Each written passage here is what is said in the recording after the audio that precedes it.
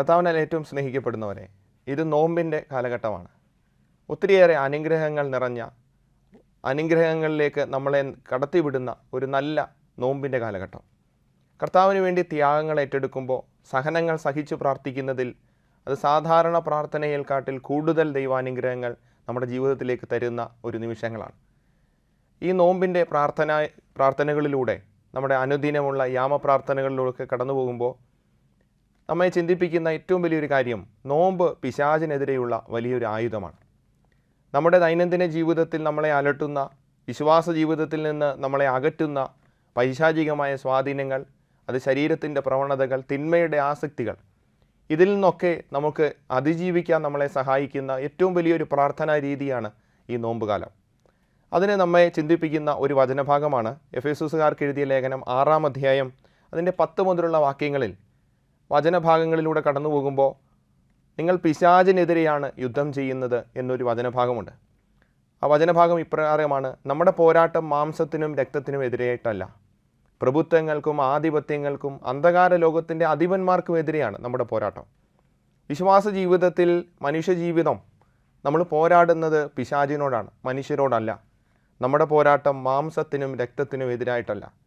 ഒരുപക്ഷേ നമ്മുടെയൊക്കെ ജീവിതത്തിൽ മനുഷ്യരോട് എതിർപ്പുണ്ടാകാം, വെറുപ്പുണ്ടാകാം. അത് പല രീതിയിലുള്ള പരസ്പരമുള്ള നമുക്ക് മനസ്സിലാക്കാൻ പറ്റാത്ത അവസ്ഥകളുണ്ടാകാം.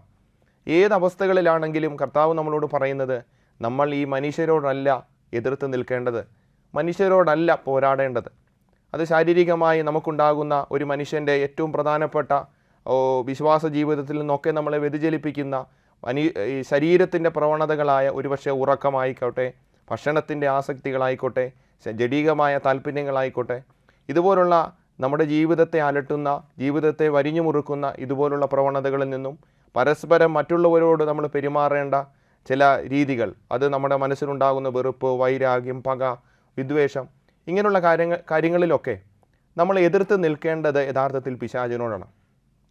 നമുക്ക് ഒരു മനുഷ്യനോട് എതിർപ്പുണ്ടെങ്കിൽ, നമുക്ക് വെറുപ്പുണ്ടെങ്കിൽ, യഥാർത്ഥത്തിൽ അവരോടല്ല നമ്മൾ എതിർക്കേണ്ടത്. ഞാനും അവരും തമ്മിൽ വേർതിരിപ്പിക്കുന്ന അല്ലെങ്കിൽ ഭിന്നിപ്പിക്കുന്ന ചില കാര്യങ്ങളുണ്ട്. ഉദാഹരണം, ഒരു കുടുംബജീവിതത്തിലായിക്കോട്ടെ, ഭാര്യയും ഭർത്താവും തമ്മിൽ ഒരു പരസ്പരമുള്ള ചേർച്ച ഇല്ലാതെ വരുമ്പോൾ, ഒരു ഭിന്നത ഉണ്ടാക്കുമ്പോൾ, അത് മാംസത്തിനും രക്തത്തിനും എതിരായിട്ടല്ല എന്ന് വചനം പറയുമ്പോൾ, അവർ രണ്ടുപേരും മനസ്സിലാക്കേണ്ട കാര്യം, ഇത് അവർ തമ്മിലുള്ള വഴക്കല്ല, യഥാർത്ഥത്തിൽ അവരെ ഭിന്നിപ്പിക്കുന്ന, വിശ്വാസ ജീവിതത്തിൽ നിന്ന്, ദൈവത്തിൽ നിന്ന് അകറ്റുന്ന ഈ പിശാചാണ് അതിന് ഇടയിൽ പ്രവർത്തിക്കുന്നതെന്നുള്ളൊരു ബോധ്യമുണ്ടെങ്കിൽ നമ്മുടെയൊക്കെ അനുഗ്രഹപ്രദമായ ജീവിതം, അല്ലെങ്കിൽ നമ്മളൊക്കെ കൂടുതൽ ദൈവാനുഗ്രഹത്തിലേക്ക് നമ്മൾ ഓരോരുത്തരും വളരും. ഇങ്ങനെയുള്ള ചിന്തകൾ നമ്മളെ ഭരിക്കുകയാണെങ്കിൽ,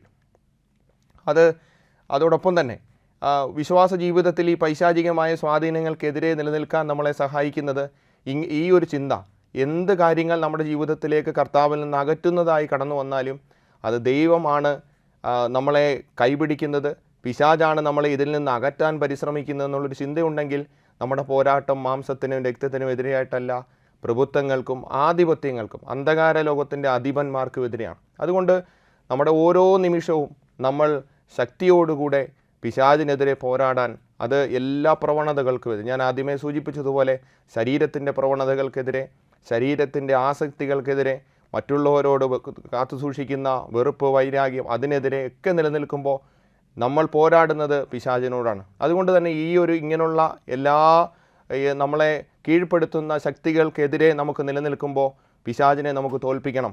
ഒരു കാരണവശാലും പിശാചിനെ നമ്മുടെ ജീവിതത്തിലേക്ക് പ്രവേശിക്കാൻ ഇടവരില്ല എന്നുള്ളൊരു വലിയ ചിന്ത നമ്മുടെ ജീവിതത്തിലുണ്ടാകട്ടെ. അതുകൊണ്ട് നോമ്പ് കാലത്തിൽ നമുക്ക് അങ്ങനെയുള്ള കാര്യങ്ങൾ, പിശാചിനെതിരെ പോരാടാൻ ഈ നോമ്പ് നമുക്ക് നോക്കാം.